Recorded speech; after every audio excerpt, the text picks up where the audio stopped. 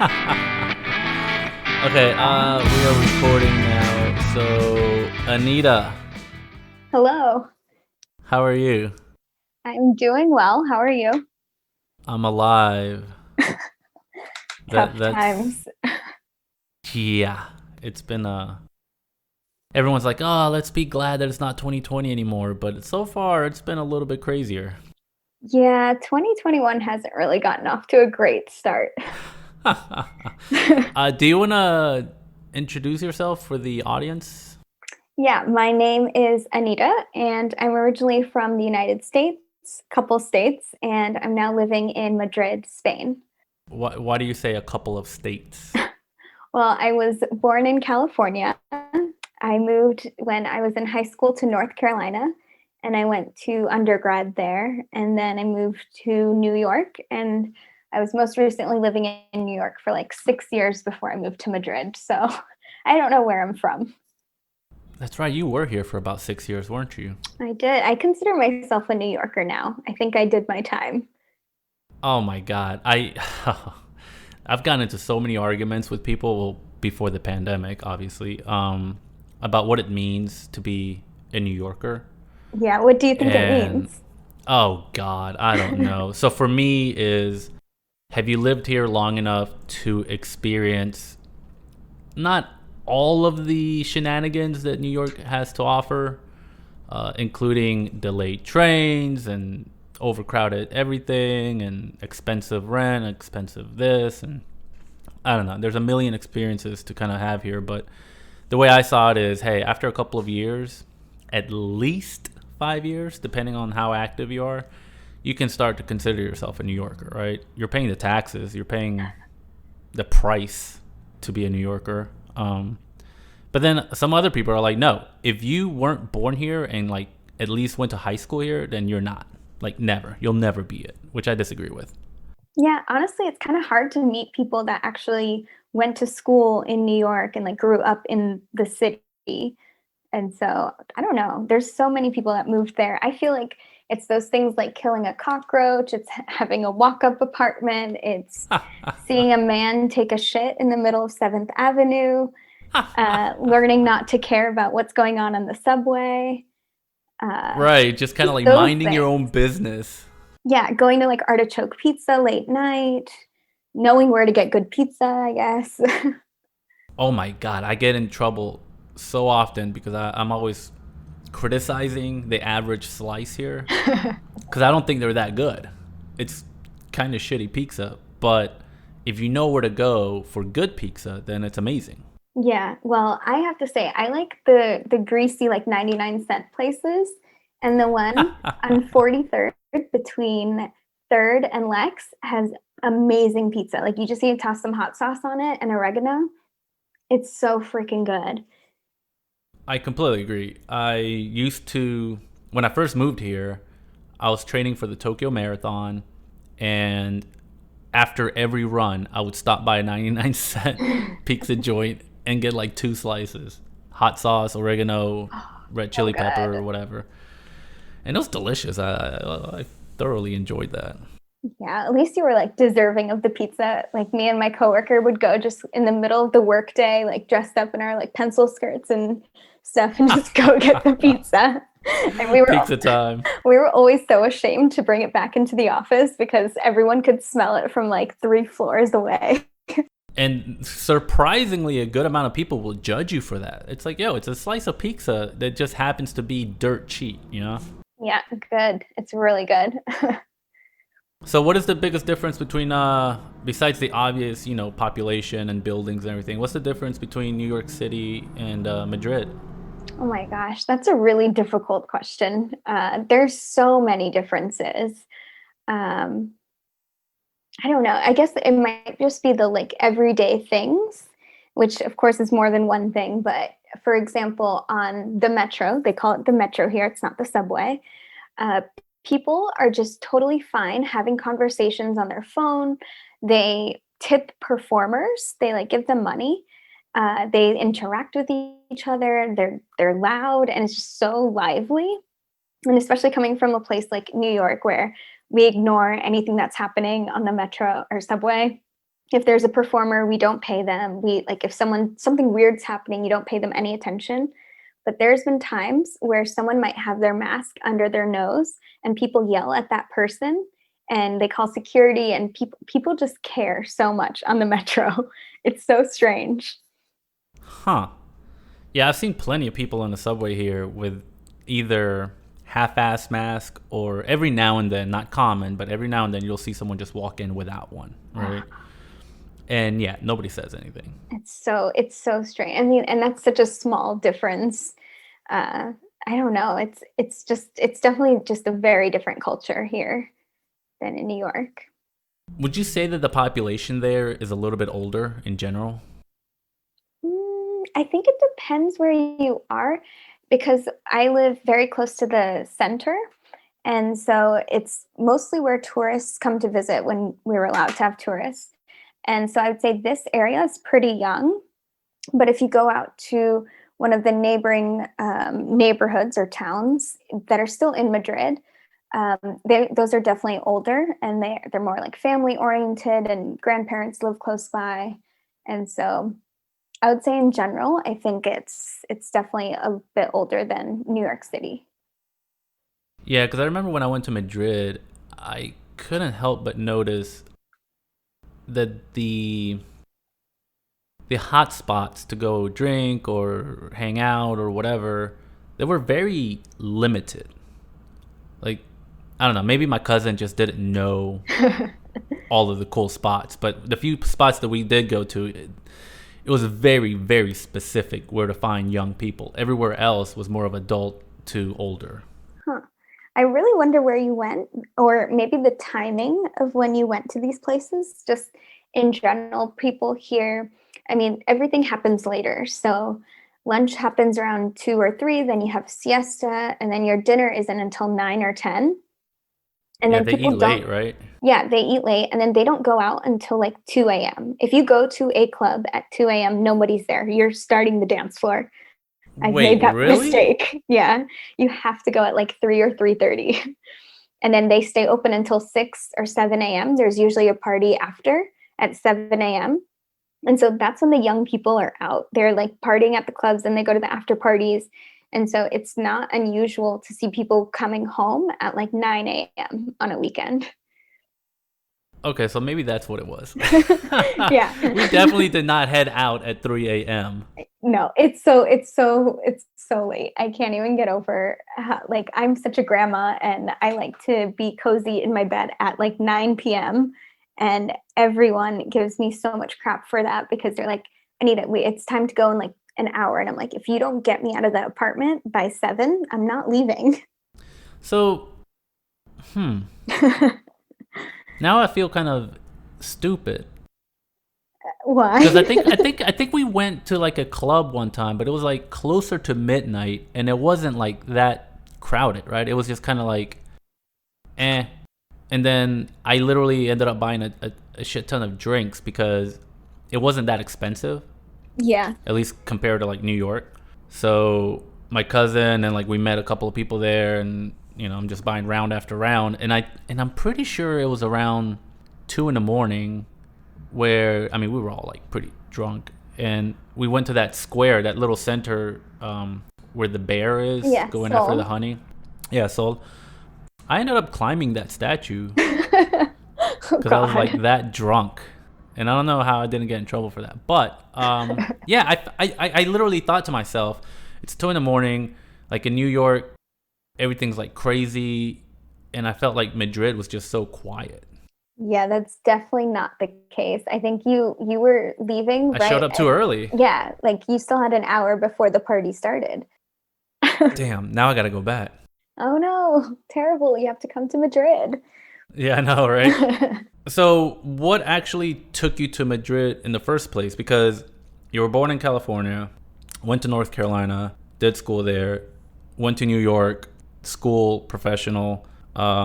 How did you just stumble upon Madrid?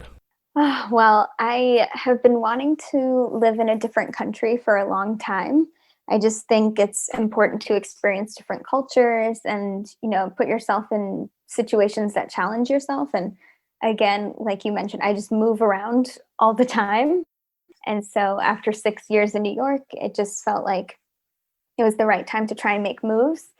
And I figured a Spanish speaking country would be really good for me just because I had taken Spanish classes when I was younger and I had some sort of base knowledge of the language, which always makes it easier. Yeah. Um, I also love traveling, and I know well, everyone knows that Spain is in Europe, and so it's easy to bounce around Europe. And I don't know, I was hoping that there'd be a lot of opportunities for my career eventually if I wanted to get back into the grind of the 9 to 5. Yeah, it was I did not as much research as I thought I would for planning to move around countries, but it seemed like it was either going to be here or South America. But you said that you were doing kind of like the corporate route, right? Like 9 to 5. Oh yeah, more than 9 to 5. I think it was, I don't even know how many hours I put in, but it was definitely like that New York style job where I'm running around with a coffee in my hand, trying not to be late from meeting to meeting, getting just a ton of work thrown at me. And yeah, it was really just kind of like what you see in movies, honestly. Yeah, and I mean that happens a lot. And I mean, even right before we came on the podcast, I was telling you that I'm trying to work my ass off so my boss doesn't hate me. Um, what made you just decide to say, hey, you know what, this is enough? Like what? Like I mean, people talk about it all the time, right? Oh, I'm just gonna quit my job, or oh, I'll just go live on an island, or whatever their vision is. What made you go from saying something like that to actually doing something? Yeah, that's a good question. It honestly, I think it was like a 2-year thought process. And like I knew I wanted to move and I didn't know what kind of opportunities that I would have. I wasn't necessarily set on not going the corporate route. Right now, I'm teaching English at a school, and it's very different. And I hadn't really thought that far ahead to be doing this now. I honestly thought maybe I can just, join a company and get a job and continue doing marketing. And so I didn't really plan it this way, but it worked out. I just knew that I'm kind of a now or never type of person. And the older you get, the more roots you have, the more difficult it gets to make these types of life changing decisions. And I'm very goal oriented, and I had done the things that I wanted to do in New York. I ran the marathon, I went to grad school, I got my dream job, I made some really good friends, I was able to travel, and I just felt like, okay, what's next? Like it's now or never. Like otherwise I keep putting more roots down. Maybe I'll meet someone, maybe I don't, but maybe I get a new job. And so it just felt like, okay, I'm at a point now where if I really want to move abroad, then I need to do it now. Did did anybody try and stop you? Like, hey, maybe that's not the best idea. Don't do it for your career, or New York's just so awesome. Stay here. Surprisingly not. I really thought my parents would have discouraged me from kind of quitting my career and everything I had worked towards to go, teach English, which is equally an important job, but it wasn't something Right. I have experience in, and it was just not really on my career trajectory. And so they were very supportive. They were so encouraging. They're like, "Yeah, try it out, see how you like it." And I mean, they of course had moved from a different country to the United States, so like they kind of get that. But all of my friends, everyone was just really supportive. They knew that this is something I wanted, and I mean, of course, they were like, "Don't go," jokingly because they didn't want me to Right. move like you did that. But They would miss you, obviously. yeah, but Spain is an awesome place to visit. So I'm waiting once COVID's, taken care of. I can have all my friends visit. No, that's awesome. They actually did that. I've met so many people, including myself. It's like, huh, maybe I could just get up and go somewhere else, right? And It's honestly easier than you think. Like I it sounds so strange because once you book the flight, and depending on the kind of person you are, you can either have your life planned for you, like I'm that type of person, or you can just kind of wing it.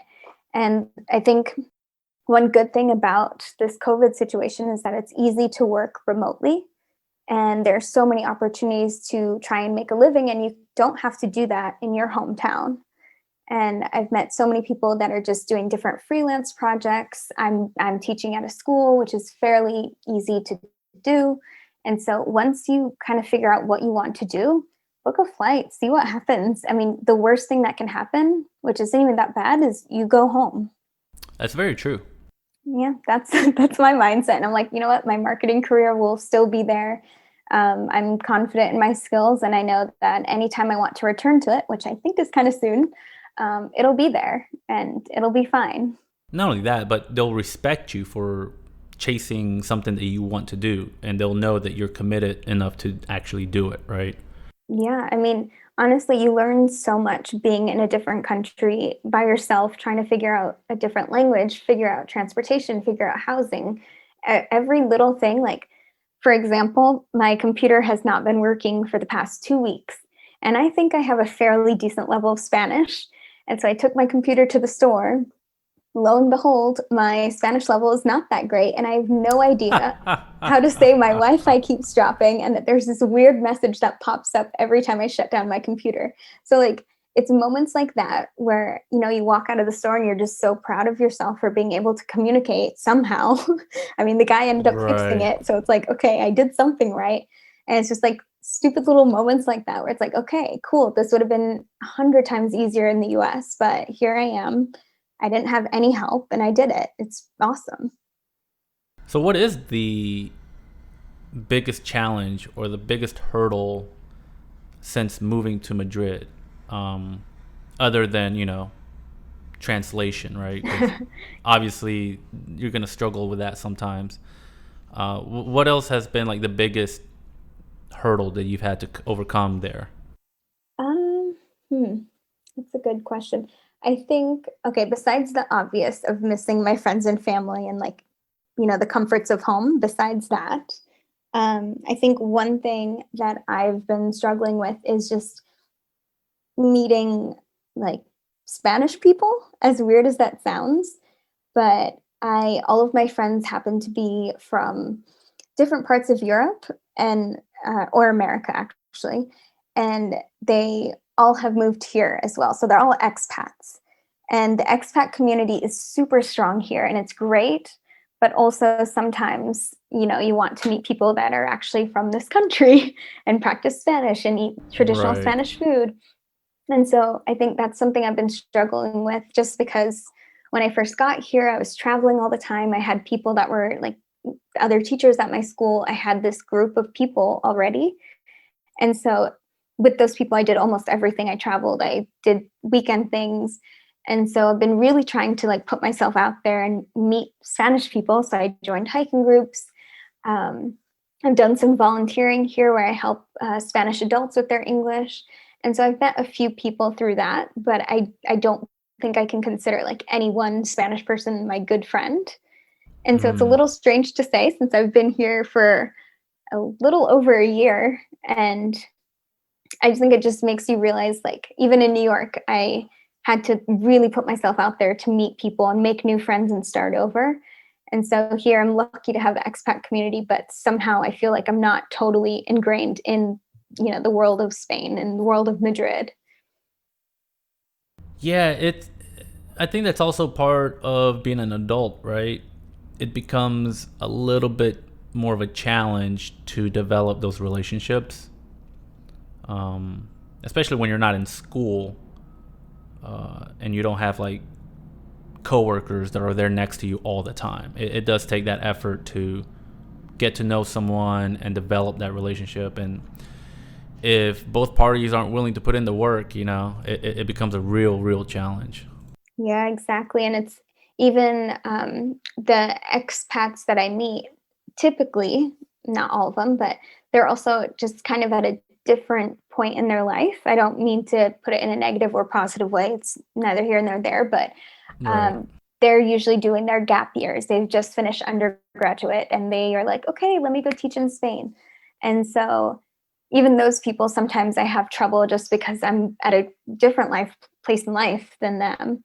and I'm like a little bit older. I cannot go out every night. Like it's just I'm pretty sure you can. I've seen it. that was New York Anita. That was old Anita. Oh, okay, okay. That Anita doesn't exist anymore, huh?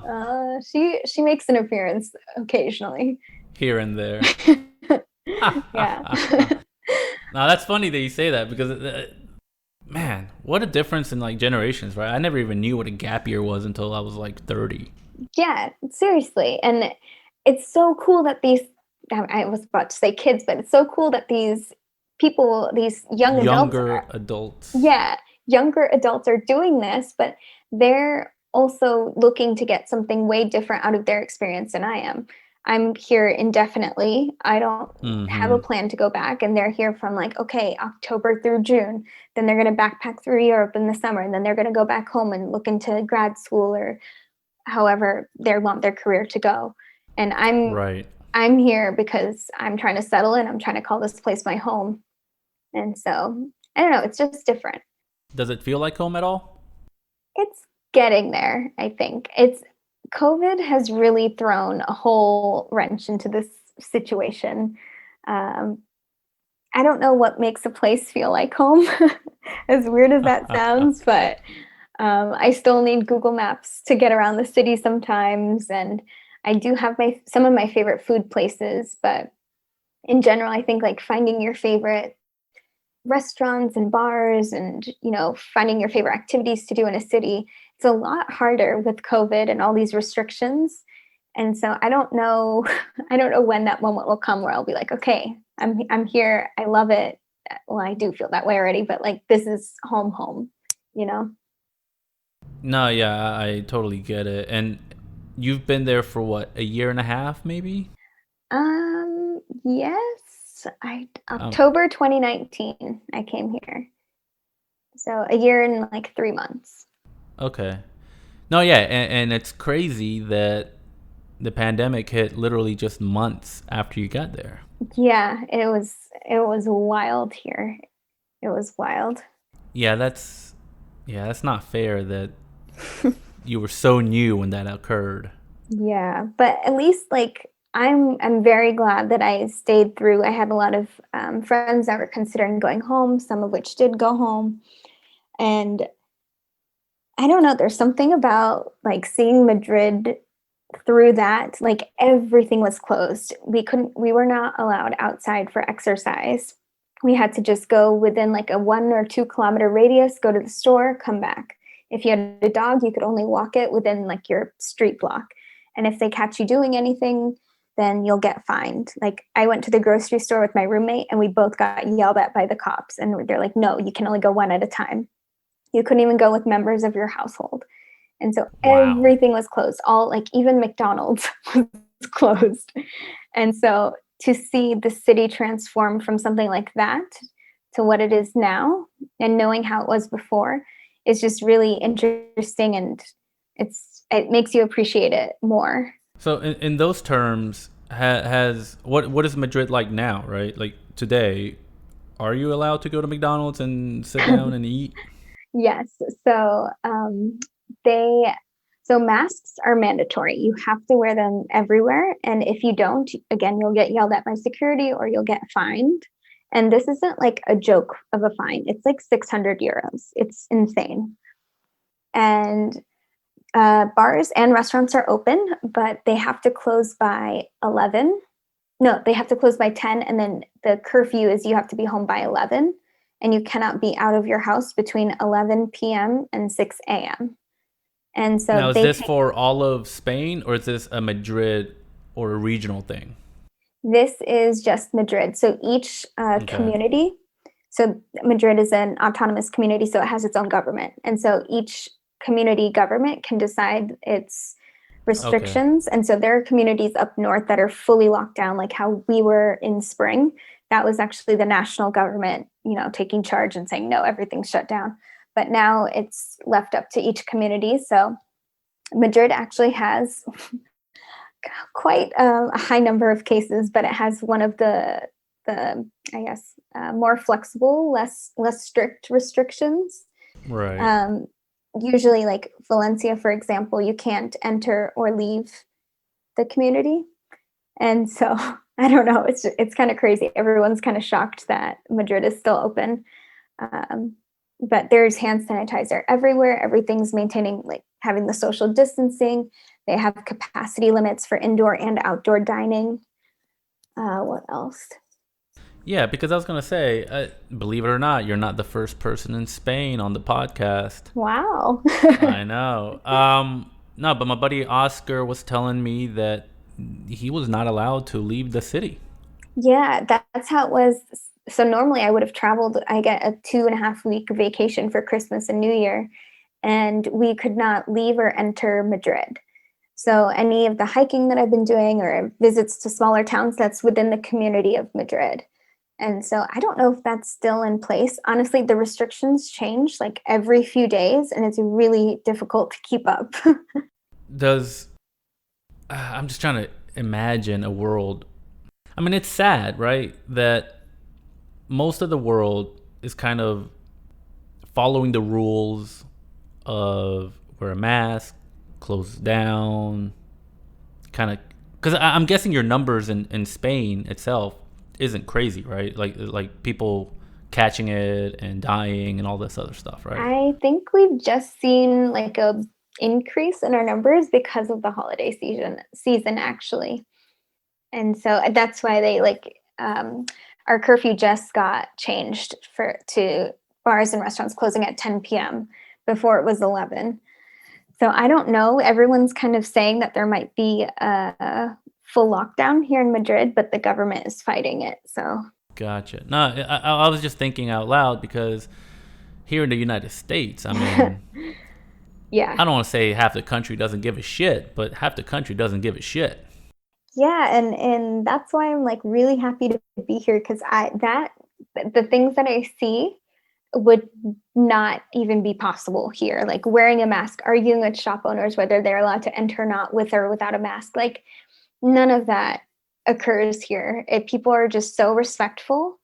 And I think maybe this is a cultural thing where they really, really value family. And Right. they just want to be safe. Even the kids at my school, like teaching at a school has been so different because we're not doing online classes.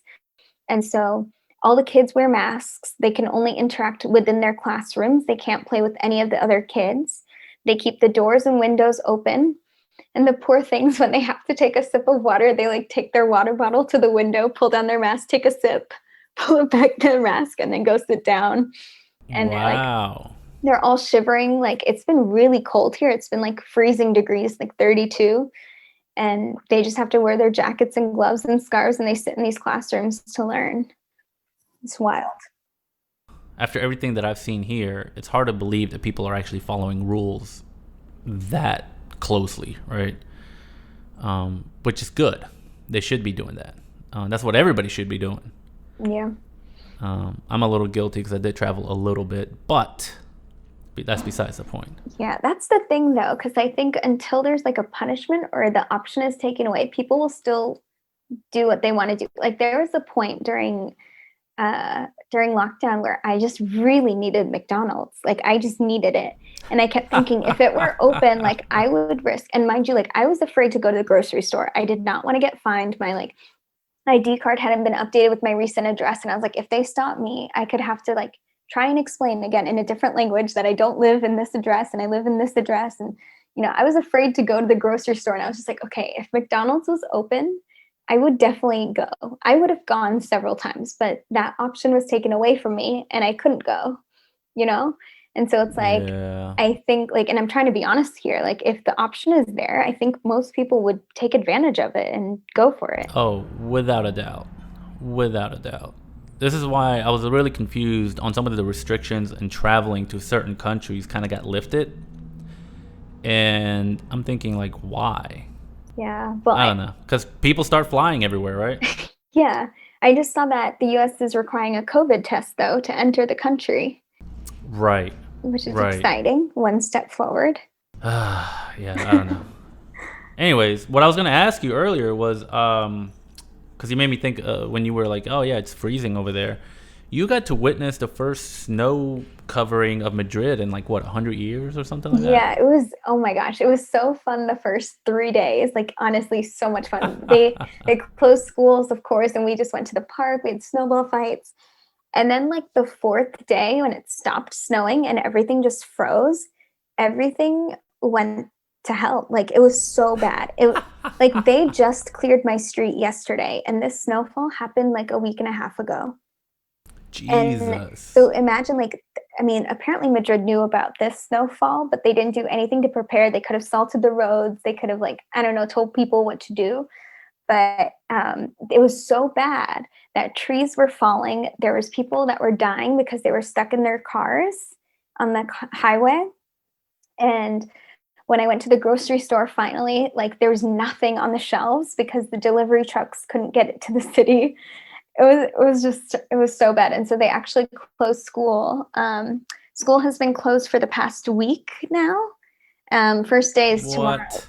Yeah, because the kids couldn't go to school because all the roads were so icy. They didn't clear Damn, I that. didn't know it could get any worse in like the South and North Carolina and shit like that when they got No, like here two we inches are. of snow. I mean, we got substantial snow though. It was like knee deep. It was super fun. Really? Yeah, it was good, but also I was like, and now I'm just sick of it. Like all the snow. You know how New York gets so nasty the day after or like a couple hours after, really? Yep. It's like that now, and it's like the obstacle course. Like luckily I trained for this in New York, but like you literally have to jump around these piles of snow. Yeah, that shit gets messy quick. It's just gross, and like people like they haven't collected the garbage either or the recycling, and so that's just piling up too, and it's just like it's a mess. That's hilarious. Yeah, well, it's awesome that you got to experience that. Yeah, it I was really know, fun. like I said, I got a cousin out there, and her brothers, they were all posting like pictures of Madrid covered in snow, and I mean, it looked beautiful. Yeah, it was stunning because like just imagine all these historic buildings like the palace and all these museums and just covered in snow. It was absolutely beautiful and people had spontaneous snowball fights like in all the major plazas and big streets and everyone was a kid the first day, like everyone. That's amazing. So before I let you go, I gotta ask you about one thing. Okay. You put hot flaming Cheetos Oh my God. on top on top of your macaroni and cheese, was it? Yes. Okay. When I tell you that this is one of the proudest moments of my life, I kid you not. Like I do not cook. You know this. Everybody who knows me knows this. And someday, like, I just felt like, okay, I saw this on Instagram. I got to do it. And so since I'm in Spain, the ingredients are slightly different, but I found a recipe for baked mac and cheese with a flaming hot Cheeto and breadcrumb top. And so I like rushed around to all these different stores. I think I went to like 5 different stores to find different cheeses. And I made this flaming hot Cheeto baked mac and cheese and it was honestly amazing. So, do you, what was this? I don't You're even know where to begin speechless. with this. Yeah, I don't even know where to begin with this. So, did you bake it with the flaming hot Cheetos? All right. So since I'm now like a chef, since I made this Okay. one dish, Chef Anita, please teach me. so you cook the pasta like you would normally, but like leave it a little undercooked. There's like a fancy word for it, but I don't know what it is anymore. So Um, slightly undercooked. yeah. And then you make like the cheese sauce. So I don't know how much cheese I used to be honest. Like it was basically 7,000 calories total. Heart Sounds attack on a plane. delicious. Yeah, so I use like a mix of like 6 different cheeses, and you mix that with some milk, butter, all that good stuff, and then you just kind of pour it in the pan with your flaming hot cheese, or no, sorry, with your pasta, and then on the very top you make like you mix breadcrumbs, and then you crush flaming hot Cheetos, and you add that to the breadcrumbs and some butter, I think, and then you sprinkle it on top and then it just bakes and it makes it slightly crunchy and I like honestly it was a masterpiece. I still don't know how I accomplished it. Do you have you found a place yet over there that sells flaming hot Yes. Oh Cheetos? my gosh. You did? Yeah. Okay. So there's a store called Taste of America, and they have a couple locations, and they actually do sell flaming hot Cheetos, but they run out super quickly. And they're, I think, like €3 for a small bag. But I mean, some things are just worth it, you know? So have you befriended the owner to kind of give you a heads up? I need to. I've only gone twice because I'm trying not to be that American, the one that just goes every week. But they actually do sell frozen bagels as well. And so I think maybe I'll go this weekend to pick up some bagels and see. I've been saving the bags you sent me for Christmas. So those are going to be there for a rainy day. I'll tell you what, I think, and I feel really bad about this, but I had a lox bagel for the first time. I don't even I like don't know. lox, but just a New York bagel. See, I'm not a bagel guy, Okay. but This is why you're not a New Yorker. yeah, I guess I just don't belong here. I don't like their pizza. I don't like the bagels. Yeah. You're not going to make the cut. You're not a real New Yorker. I could live here for 30 years and they'd be like, nah, fuck you. You don't belong here. Nope. No, but I had a lox bagel for the first time maybe a month ago, and that shit was actually on point. Really? Was it from one of the famous bagel places? No, some random place in Astoria. Okay. But I have learned that my neighborhood, I ordered one because I was like, all right, that was really good. Let me order one in my neighborhood. And that shit was like 3 times the price. Of course. Not as good. I was just like, man, fuck this shit. I need to get out of the city. Wait, have you Pissed been me to Tompkins Square Bagel? No. That one's a good one. That one's really good. They have good bagel sandwiches. Tompkins Square? Yeah, Tompkins Square Bagel. It's cash only. Or it was. Yeah, that's the other sad thing is so many spots have closed. Oh, and no. like my favorite Thai place down in East Village closed down. And you can walk around and count, how many places are shut down. And That's awful. yeah, I don't know how Spain has handled that type of situation, but here in the US it's just been complete shit. Yeah, that's why they're really trying hard to avoid a second lockdown here. Just the economy can't handle it. Yeah. And yeah, in New York, I mean, technically our rate is higher than ever before, but hospitalizations are not that bad. So that's the rationale for not locking down everything, which makes sense, right? If the hospitals are doing okay, then I guess we're okay. I don't know. Yeah. This thing just needs to be over. It really does. And then I'll go to Spain and we'll be out till 9 a.m. Yeah, I was gonna say we'll start hitting up the clubs at 3 fucking a.m. You just let me know so I can start preparing in advance, keeping my eyes open. I don't know, taking a Red Bull. Bring me a Red Bull if you come. There's no Red Bull over there? No, wait, they do have Red Bull. I lied. It's much cheaper here. That's another major difference. Everything is cheaper here. And so you can get a pint of beer for €3. Yeah, that's one thing I definitely remember is the beer and tapas. You can get that shit for real cheap, and man, that's dangerous. It really is. It adds up quick. Yeah, I either ate too much or drank too much. But that also happens here in New York. Yep. I was going to say, that's also very Spanish, too. Oh, God. Anita, thank you for making the time. Yeah, of course. It was nice catching up. I honestly do miss you. Oh, I miss you, too. And I know a couple of people here that also kind of miss you. Oh. But yeah, hopefully once this whole thing is over, I'll visit you in Madrid before you go on to your next adventure. And then you come back to New York and we can start the old glory days. Oh, God. Tuesday night, oh, shit. I got to go to work in 3 hours. Yep. God damn it. That was amazing. Oh, I miss that. My liver does not, but... Oh, I know. My wallet and liver are so happy right now with this pandemic. Same. Can't last forever. Nope. All right. Well, I'll talk to you later. Thank you. All right, sounds good. Thank you.